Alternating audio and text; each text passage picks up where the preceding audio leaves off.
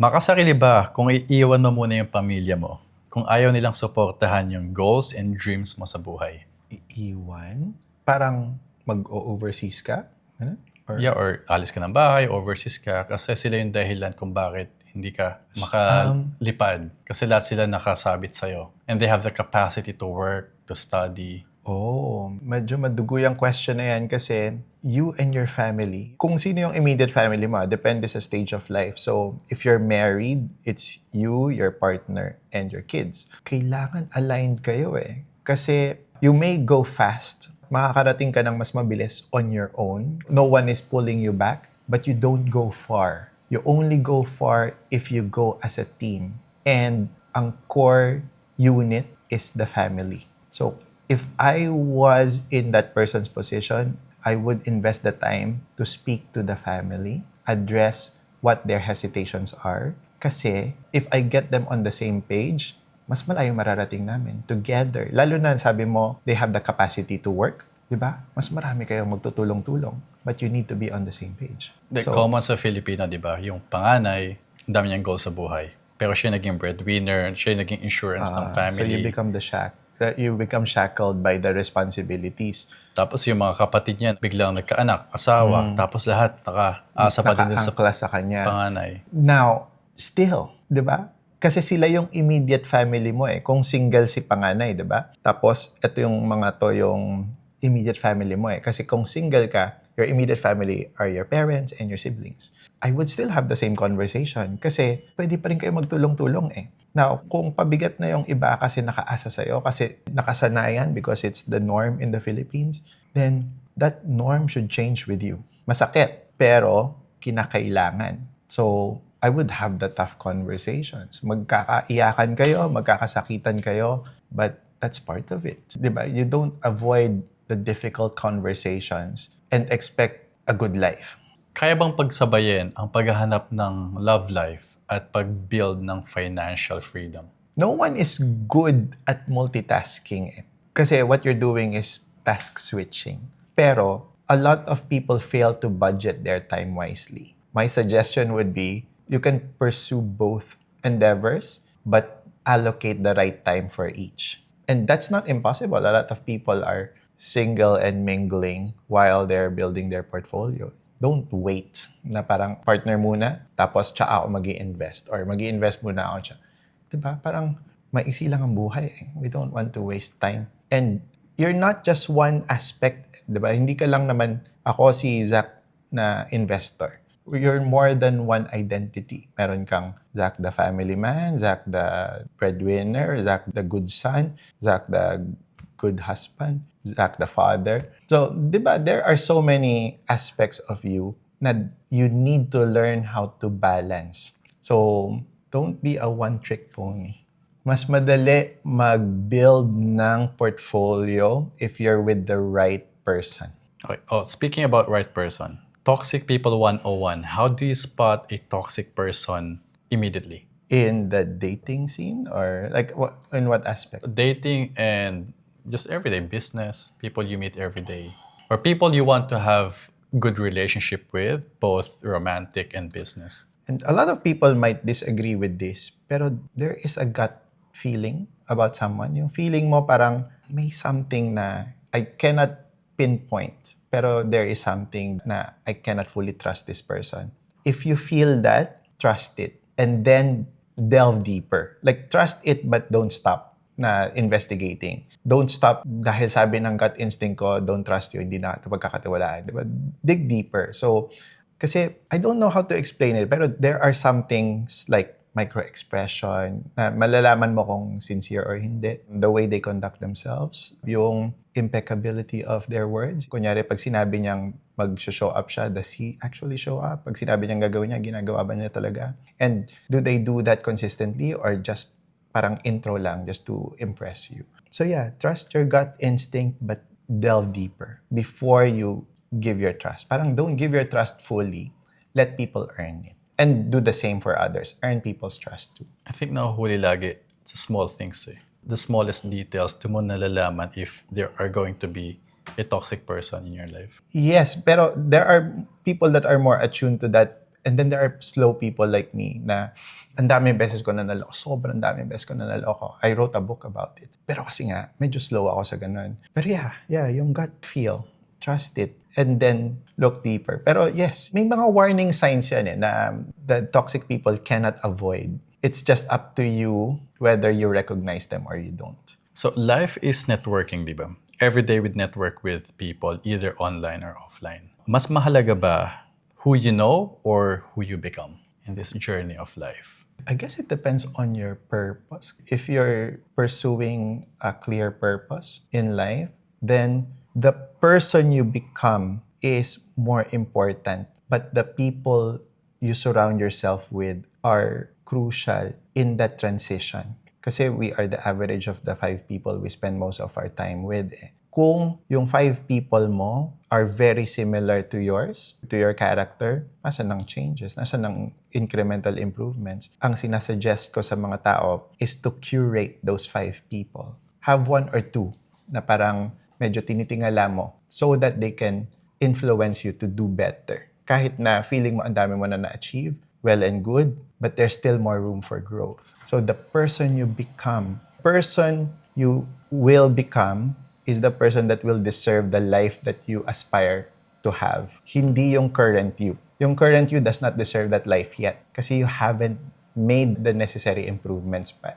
So, pagka tinatrabaho mo yung goals mo sa buhay, most of the time nawawalan ka ng kaibigan and close people in your heart. Kasi nga, hindi ka nila naiintindihan. So, how do you deal with that? How do you make sure na ma-minimize mo yung kaibigan na mawawala on your pursuit of your goals? Kasi dati pa lang, na-accept ko na yun na people come into our lives for a season, a reason, or a lifetime. And unfortunately, you cannot impose it on people to stay. Parang you shared a section of the journey together. Tapos nag-bifurcate na yung roads ninyo. You cannot tell him na, dito ka lang sa road ko na tinatahak. Kasi iba yung destination niya. And you just have to accept na their destinations are different from yours. Pero you shared a common section of the journey together. And be grateful for that. Na may nakasama ka during that time. But it does get lonelier as you get closer to reaching your goals. Kasi konti na lang Konti na lang kayong nagpo-pursunan And that's why it's important to network with the right people. So that you always have someone. Isang mindset shift na kayang magbago ng buhay ng isang tao. You can learn from experience, whether it's your personal experiences or other people's experiences, if you are humble enough to ask. Kasi those people will share. And if they don't share, don't take it personally. Just move on to the next person and then ask until you find the right person who will share their experiences. Kasi if you learn from their experiences, mas mabilis yung progress mo Kasi you don't need to go through the pain personally. And sometimes yung pain is mistakes, like financial mistakes na magastos or financial setbacks na can set you back like 5-10 years. And some people, they encounter mistakes or failures na sobrang laki na to the point na ayaw na nilang sumubok ulit. Nadapa na sila and they stayed down. So, everyone has their own experiences and you can learn from each one of them. You just need to formulate the right questions and have the humility to learn from other people.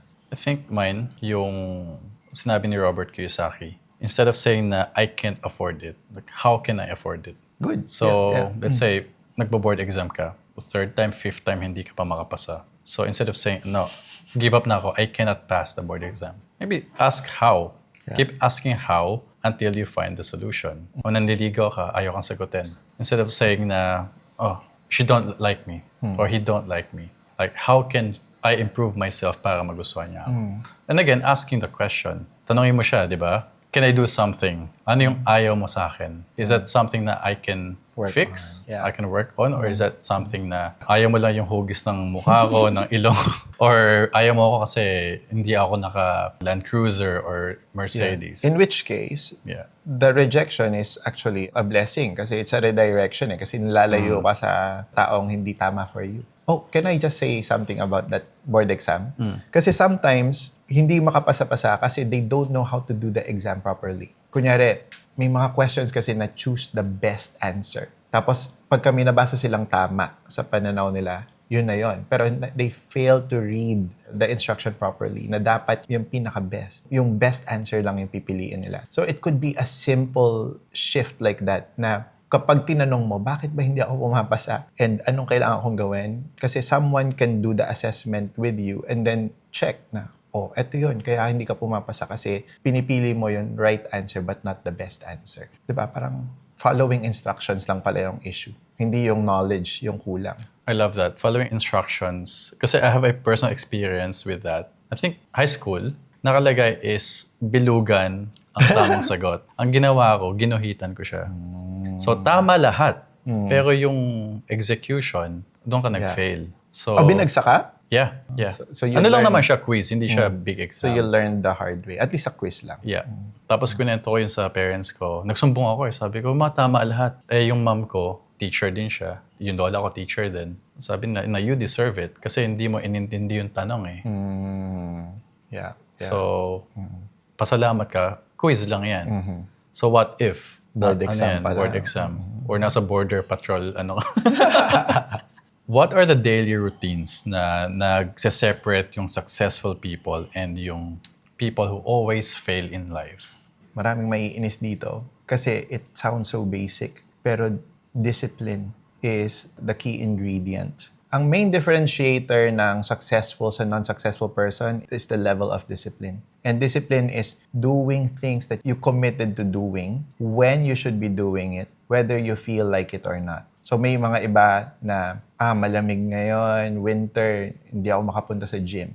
Puyat ako, so mag-skip ako ng gym. Whereas the disciplined person, 5 a.m. or 6 a.m., nakaschedule ako na pupunta sa gym, rain or shine, bumagyo, may lindol, may sakuna, May baha. may baha. Diba? You will make effort. Kung di ka man makarating sa gym physically, you will make up for it by doing push-ups at home, doing sit-ups at home. So, unfortunately, in life, hindi yung mga grand gestures yung magpapa-succeed sa'yo eh. You fall to the level of your systems, which are your habits. So if you're disciplined, you stack your habits well, pasasaan ba at magiging successful ka? I think I read this somewhere na you can judge the success rate of someone not based on the amount they said yes, but how many times they said no. No, because they've committed to their discipline, to their routine. So, kung ikaw yung tipo na, you need to study, you need to work, may friend na nag-text, uy, kape tayo or inom tayo. Ikaw naman, answer. yes, I'll be there. You know na mas importante yung mag-aral ka or magtrabaho ka. And same with going to the gym. If you always go to the gym from 5 p.m. to 7, you're always finding a way to not escape go. gym, to not go. Yeah. So, Yeah. masakit yung kuko mo, o magpapagupit ka, or old friend na matagal mo nang hindi nakita, pero hindi naman. There's So, always an excuse. Pero yes, unfortunately in life, you'll have to say no more often than yeses for you to commit to your goals. Kasi your loyalty should be towards your goals and not to at anything else. ano yung masasabi mo sa tao na sobrang seryoso mo naman na hindi ka na maaya mainom, hindi ka na maaya magkape or mag-movie, masyado kang committed sa goals mo? You can ask back, are you trying to guilt me into saying yes? Are you trying to manipulate me into saying yes? And then they will answer, no. Tarang, okay, good, because it won't work. If they said yes, I'm trying to guilt you into saying yes, then you can say, it's not gonna work. Anong masasabi mo dun sa mga nagsasabi na pag yumayaman ka, nagiging out of touch ka na? Hindi mo na nakikita yung realidad nung masa, nung mahihirap. Kasi, alam mo yan, nasa taas ka na, sabihin na, touch some grass. Or out of touch ka na. Yumaman ka lang, naging comfortable ka lang. Kasi based on whose perspective, the only perspective that truly matters is yours and your family's. Kung out of touch ka ba talaga. Kasi maaaring, yes, galing ka sa kahirapan, galing ka sa masa, pero ang tagal mo nang hindi masa. So, do you really want to be in touch? Like, gusto mo ugaling masa ka pa rin, pero hindi ka na masa. And what are you doing that for? Are you doing it because that's who you are deep inside, knowing na nag-iba ka na? Or to please the people who are still in the masses? So, para kanino? Based on whose perspective, and do those perspectives truly matter to you? It should be your own perspective and that of your immediate family. Sila lang. Kasi that's the unit. Everything else is noise. Kahit na ano pang sabihin nila. Touch some grass. Maybe you will, pero hindi na sa kanal. Diba? Kasi nag-iba ka na eh. Nagbago na yung circumstances mo eh. So, I don't know. I don't know how to answer that apart from based. Kasi nag-iiba ka talaga ng perspective. Kasi tumatanda ka, nag-i-improve ka hopefully, and your circumstances are different from where your origins are. Diba? Yes, hindi mo kinakalimutan yung origin story mo, pero kinakalimutan mo yung bad habits. Kinakalimutan mo yung things that no longer serve your purposes. If I can add into that, di ba life is series of leveling up. Dapat nag-level up ka every day. Parang any games, di ba, Mario or Call of Duty, pahirap ng pahirap yung level. So, kung nasa college level ka na, hindi na relatable sa'yo yung pinag-aralan mo ng grade school eh. Di ba? Parang hindi ka na babalik doon para namnamin. Yeah, except for the basic maths. Yeah. Gagamitin mo pa rin siya. Yeah. But you will not spend time Doing the quizzes ng go basic. back sa grade school dahil namimiss mo yun. Kung college problems na yung buhay mo, yung sinasolve mo, and then may nag-comment, uy, out of touch ka na, hindi mo na nararamdaman yung nararamdaman ng mga grade school. Naramdaman ko yan, pero graduate na ako dyan. So what you guys are feeling now, na nasa grade school pa lang kayo, naramdaman ko yan, but I don't invalidate it. But iba na yung buhay ko ngayon eh. Ito na yung ginagalawan ko. And I don't think there's anything wrong with that kasi you're in touch with your current reality. And that's what mindfulness is. Kung nasan ka right now. Hindi yung history mo, hindi yung future. It's in your present. And ang dami nagsasabi na you're out of touch dun sa reality. But which reality? Nila. Yeah. Reality nila. Kasi silang mga nandun pa rin sa where you came from na hindi umalis. Kasi it's easier to blame than to question why I am still here. And I don't know if you want to go through it. And a few months ago, you went through a lot of, you got the ire of a lot of people kasi there was a post about baha and all. The condo post, yeah. I think you handled it very well. It showed a lot of maturity. Maraming umatake sa'yo nun eh. Yeah, or even on a personal level. And they got really nasty. But that's a reflection of, di ba? Parang, sino ba ang hindi nagkakaroon ng fumbles? Kung sino yung mga perfect na hindi nagkakamali sa social media, then they should cast the first stone. Yeah. Ako kasi personally, ang dami ko naging mistakes sa social media and elsewhere. Yeah. So I'm not in a position to judge. It's more of a reflection of the commenters' circumstances than the post itself. I admitted na I made a mistake. For me, it's like saying it out loud. Kasi in my head, I was talking to my investors. People na dating binabaha. But they took action. They did everything they can para hindi na sila bahain. Yeah. Kasi alam nila every year, umuulan, binabaha sila. So I have friends who decided, okay, what can I do next? What can I do differently para hindi na kami bahain? Yung iba, nag-invest ng condo. Yung iba, lumipat lang ng ibang mas mataas na lugar. Yung iba, nag-ibang bansa. Yung mas malaki yung capacity. I think what happened was, kinikwento ko to, I created a special dish for specific people. Pero I forgot na it's an open table na maraming Everyone can have random access to. people Yeah. na pwedeng tumikim. And pag yung niluto mo hindi para sa kanila, obviously, they will have a different reaction compared dun sa tao na gusto mong pagsilbihan. Kasi ang dami rin naka-appreciate na, uy, wala naman ako nakitang mali. Kasi actually, naka-relate ako. Kasi dati, grabe talaga binabaha kami. Pero ngayon, nandito kami sa condo or apartment. Now, we appreciate yung investment namin, that decision. But again, for me, I was insensitive na I forgot there's millions of people that seeing. have access to it. Yeah. So, At the time when it was happening to them or their loved ones. yeah. And it's good that you corrected yourself Yeah, I was aware. straight away. Yeah. Diba? And that should be the end of it. Na parang, oh, sige, you posted something that is deemed insensitive, you removed it, you apologized, let that be the end of it. Bakit kailangang i-attack yung personality mo? Bakit kailangang i-target yung pamilya mo? Anong kinalaman nila dun? May It's nagsabi social pa, media. aabangan ka namin sa Sydney. Pag nakita kita sa city o dumaan ka dito, yari ka sa amin. Yeah. So, that's what it is. You play in the mud, you expect to get dirty sometimes. Okay, moving on. How do you manage fear dun sa bagay na gustong-gusto mo nang gawin? You know, it will bring you good benefit. Pero takot na takot ka. Daming ganito eh. They're afraid to change course, change career, start a business, invest in real estate, or leave a toxic relationship. The question is how How do you How, manage how your do you fear? handle the fear? How do you manage the fear? Siguro visualize.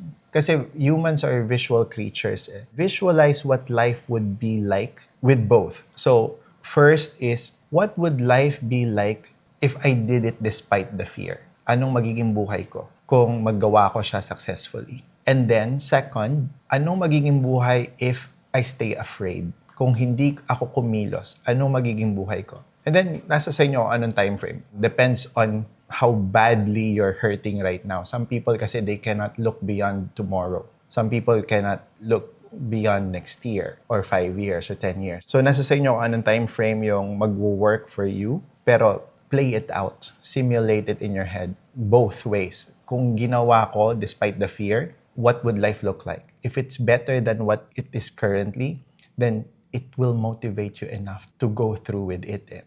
With the right guidance, with the right help if you need to. Tapos, at the same time, kung hindi mo siya gagawin, anong mangyayari sa buhay mo? Will it be the same? Will it still improve kung kahit konti? Or will it be worse? Which is probably hell. Kasi ngayon pala nagsasuffer ka na. And then down the track, 10 years from now, it will be worse for you. So, let that motivate you. That fear naman na kung hindi ko to gagawin, it will be worse and I'm older. Either way, kasi you will be motivated to act on it despite the fear. And fear is always going to be there. Currently, most people are afraid of their current situation kasi walang progress. Kasi nga, takot gawin yung hakbang na yun, the first step. Yeah. So if both ends have fear, so might as well. Do the one that will lead you to a better life in the future. Yeah, parang yung pain. Or whatever you do in life, there's gonna be someone who's gonna hate you or bash you. Diba? Tumambay ka dyan, may mambabash sa'yo. Tambay ka. Magnegosyo ka, may mambabash sa'yo. So which one will bring you closer to your goals?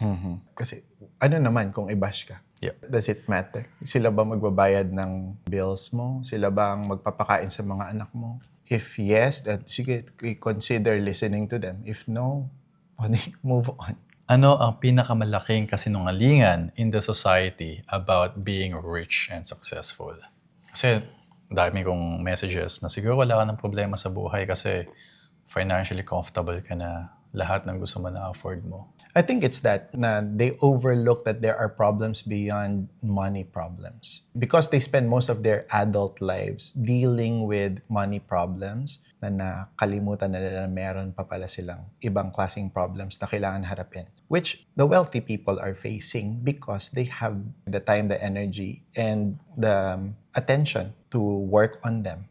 Diba? Yung mga kalusugan, relationships, communications, your legacy, what you will leave behind. And sometimes may magko-comment pa na, does it matter kung anong iiwan mo, patay ka na? I don't know if that's stupidity or irresponsibility, pero do you really want to leave behind a legacy of debt to your children? Ba't ka nag-anak kung hindi ka responsible enough to take accountability for yung debt na in-acquire mo? Hindi mo daw madadala yung yaman mo sa hukay. You shouldn't, pero it can be a platform for other people. It can be used so that your kids don't need to start where you started. They can start at a higher level. They are standing on your shoulders as a result. Kung meron kang ipinundar. Pero kung ang pinundar mo ay utang, they will be worse off than where you started. Kasi sila yung magkikarry ng burden na iiwan mo eh.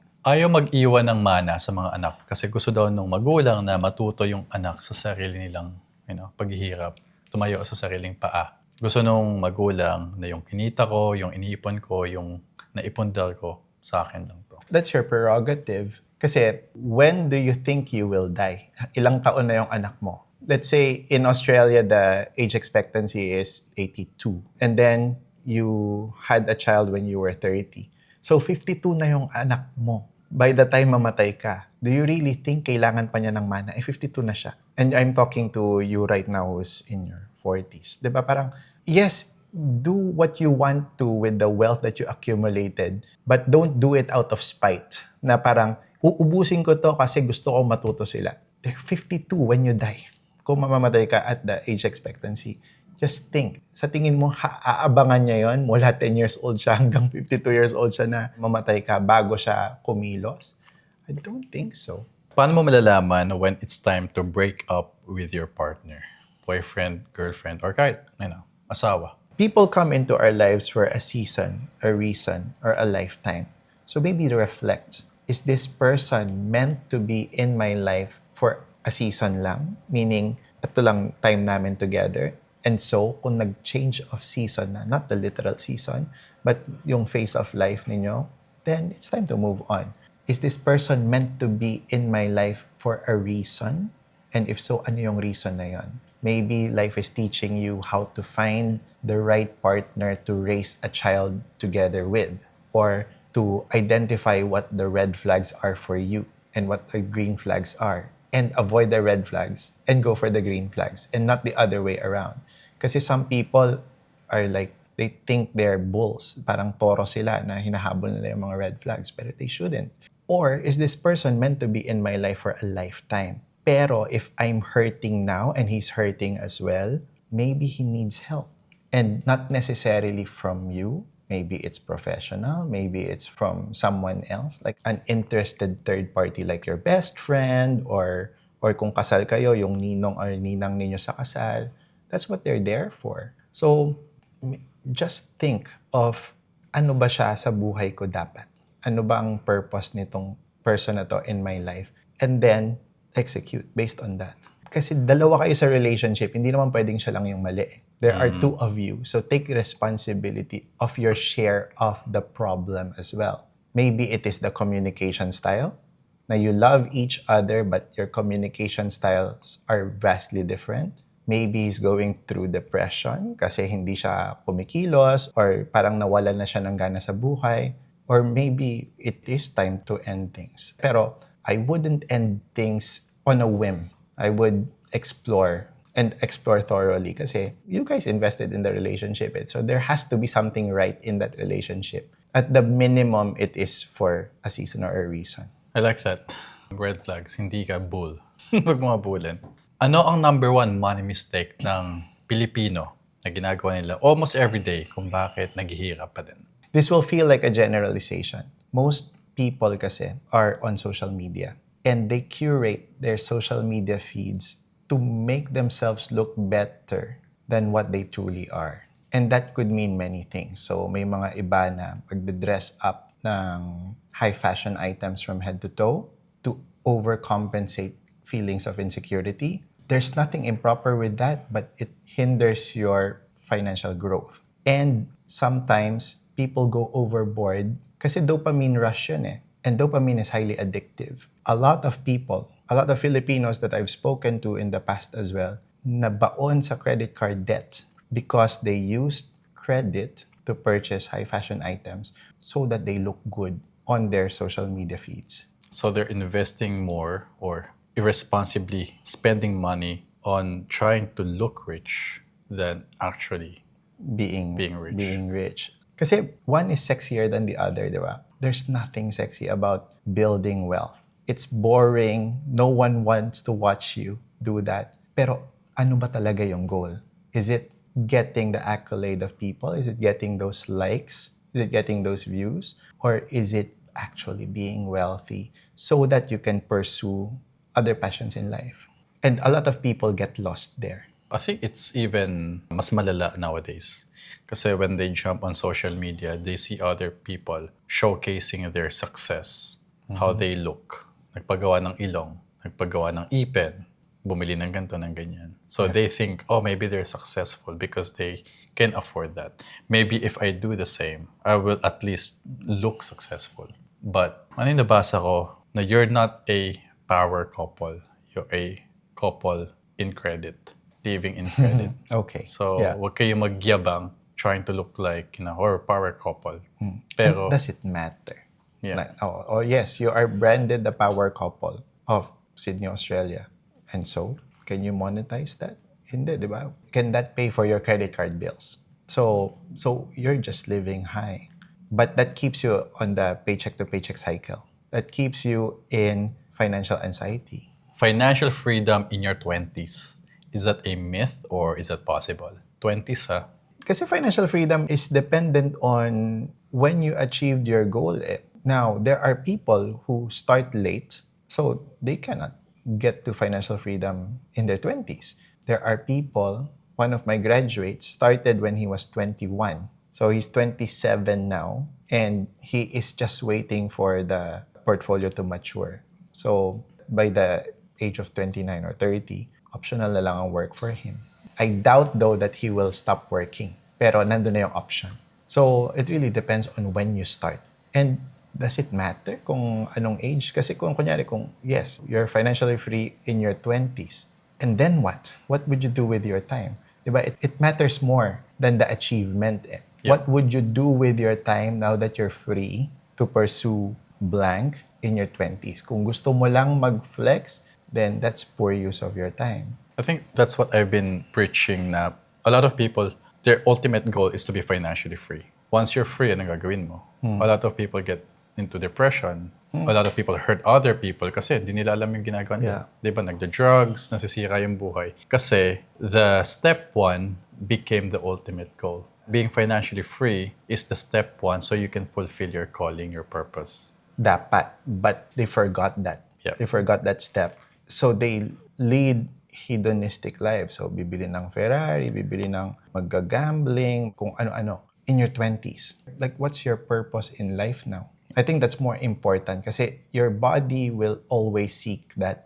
We're as happy to the degree that we're fulfilling our purposes in life. At what point in your life masasabi mo na you are ready to invest? It's always easier to answer that in hindsight. Ako personally, I waited until I had 20% deposits before I bought properties. I actually never got out of that habit. But in hindsight, hindi pala kailangan. Pwede naman palang less. It could have been 15, 18% during my time. Now, people are buying at 10%. From October, which is in a few weeks, you can buy your first home at 5%. You could be more ready than you assume. And if you're thinking, I'm not ready yet, without checking with a professional, like a banker, a broker, then you might be missing out because you made an assumption. Because your assumption can be wrong.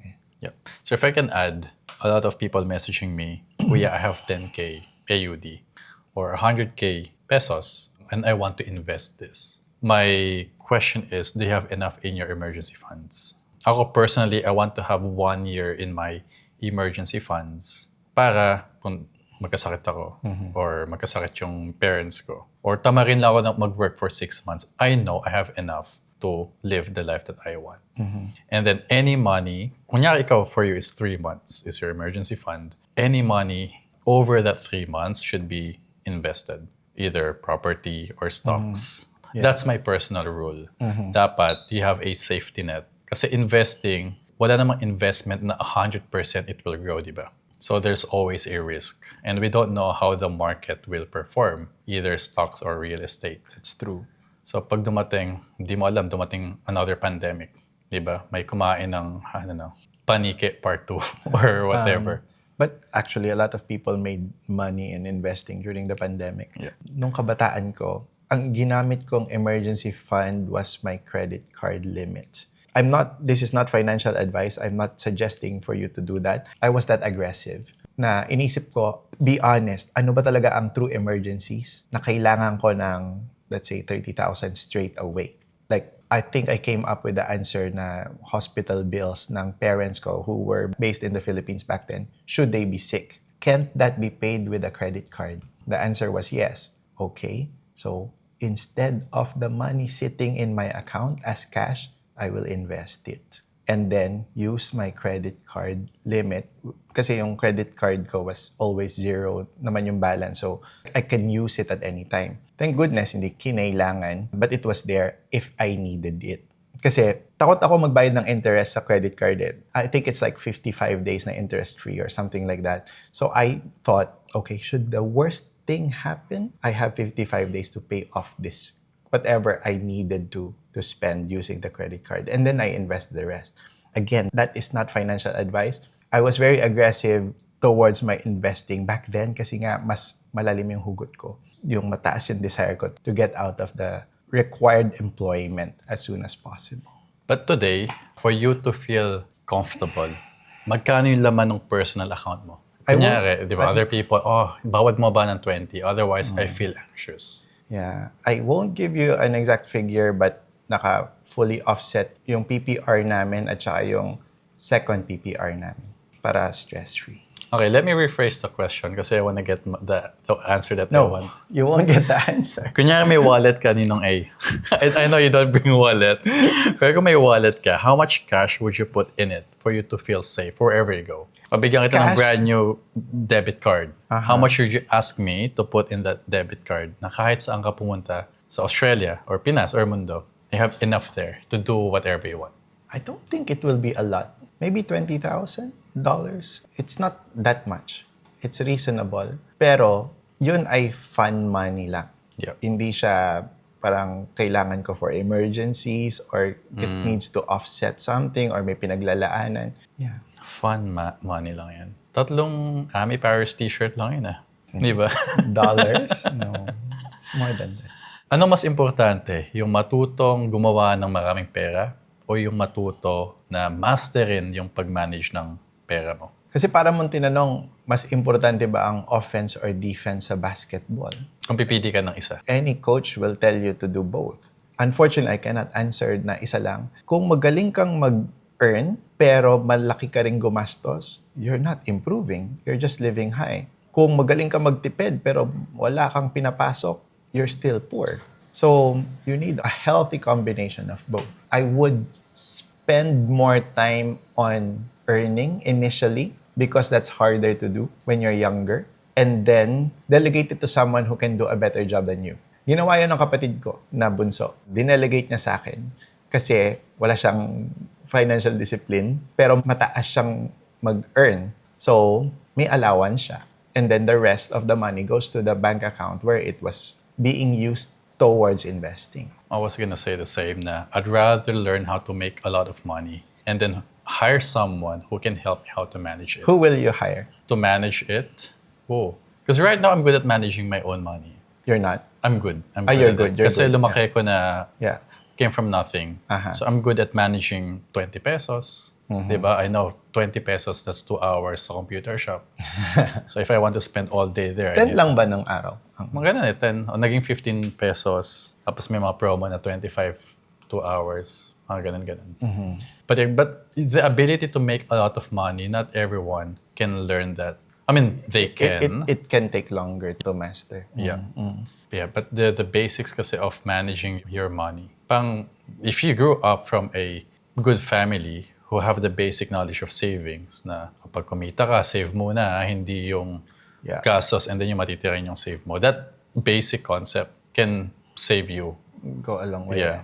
Yeah. Pero ang dami din na galing sa poverty na high income earners, tas biglang nagwala. Parang bumabawi. Nag-heal ng scars of poverty. Yes. And unfortunately, that got them in trouble kasi they're earning a lot, they're spending more than what they were earning despite that kasi they took on a lot of responsibilities. Not just with their immediate family but their extended families as well. So yun, nabaon sa utang and all that. And sobrang daming ganong klaseng stories among OFWs. Not just here in Australia, also elsewhere. Okay, so going back to that, bakit ang daming high degree, multiple degree holder, may masters, but they failed to become successful financially? Graduate ng top schools, high earner, but if you look at their lives, ang ganda on paper, but they cannot take leave from work kasi they have to work. Yeah, kasi unfortunately, the degree where you graduated from, that teaches you a different type of education. Diba? It's academic education. Financial education comes with discipline. And hindi lahat ng matalino may financial discipline. So, I think that's where they are failing. Kasi it's available for everyone eh. Kung magaling silang matuto sa academia, they would, and they applied themselves properly in learning financial literacy and developing the financial discipline, parang anyone can do it. You don't need to be an A student. I was a B- student at best nung kabataan ko, pero I still did well in life. Pero like you said earlier, I think yung foundation sa bahay, sa family, is also an important component kasi your parents are your first teachers. And you tend to do what your parents are doing, what you see your parents doing. So, kung nakikita mo naman kung financially disciplined sila, kung magastos masyado sa money, you tend to follow. Kaya ba talagang magbigay ng happiness, ng kaligayahan ng pera or comfort lang yung nabibigay niya? Happiness kasi varies from person to person. For me, money cannot buy me happiness, but it can buy me freedom. The freedom to spend time with my son without having to worry about schedules.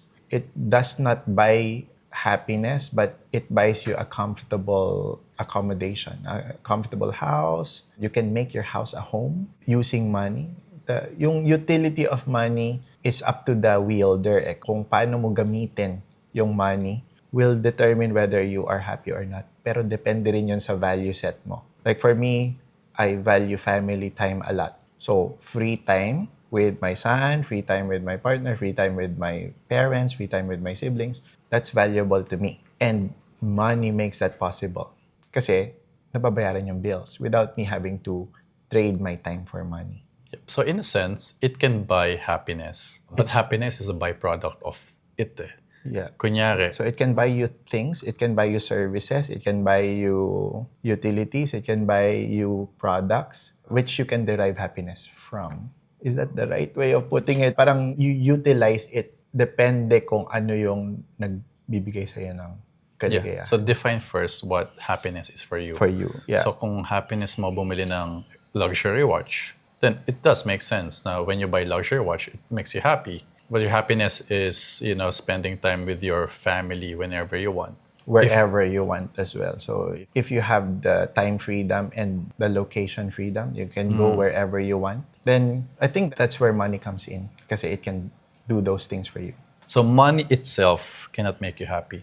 Kasi pag nalulungkot ka, hindi ka naman naghahanap ng pera, di ba? Let's say you want ice cream. But for you to buy ice cream, you need money. Yeah. Gusto mo mag-Japan, di ba? You need money to go to Gusto Japan. mo mag-ice cream sa Japan. Yeah. And yung favorite mo sa may Mount Fuji, ano yun? Yung sweet potato. Na hindi ko natikman kasi pangit yung weather. Oo. Babalik. It's worth going to. Okay. Even just one bite, it's worth going back to. Sir, huling tanong, kung bibigyan kita ng 31 billion pesos, that's 850 million AUD. Panglustay, pangluho, pangwalwal. Bawal pang-invest. I know you're an investor. Saan mo gagamitin yung 31 billion pesos? I think ipapa-Jollibee ko yung buong bayan ng Pilipinas. So that's like more or less $8 per person. How much is that in pesos? $8.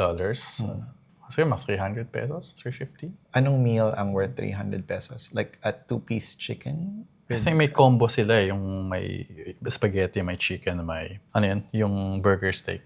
Yeah, I think I'll do that. Every Filipino citizen, there's 110 million. I don't know kung ilan yun nasa Philippines. Maybe 100 million ang nasa Philippines. Each one gets a Jollibee meal na parang yung combo. And then, everyone enjoys. Kahit na one moment lang. Everyone magsasalo-salot na parang kalimutan mo muna yung problem mo. Kumain tayo. Jollibee. Yeah. I think that will derive the most happiness for me. I don't know if it's just me that na nakaka-observe.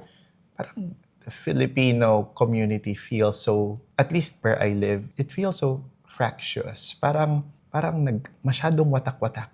Konti lang tayo Bakit kailangan mag-watak-watak? Na parang, why do we have to fight with one another?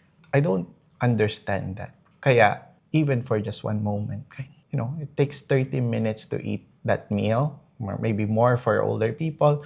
Paano pala kung wala ka ng ipit tapos mag-fried chicken ka? It will take a lot longer than 30 minutes for them. Pero, even for that moment, just be united. Kung ako naman may 31 billion pesos, pang luho, I'm gonna try to bring Jollibee sa Australia. Kasi wala pa With that money, I think it will be possible. I think kung tama, I think about 50 million pesos per franchise. Although sabihin na natin tumaas, sabihin natin 100 million pesos. That's still, I can put. But you have to be the master franchisee kasi pioneer ka. So you'll have to set up multiple ones within the country to make it worthwhile. I don't know kung ilan actually. It might be 5 or 10 na locations Yeah. for them to Well, invest the in. 31 billion pesos, that's... It will be enough. I think I can put one Jollibee in every suburb. Okay. And do you think that will unite the Filipinos in Australia? It's not even uniting. It's just giving everyone a chance to Equal save money instead of opportunity. buying $1,500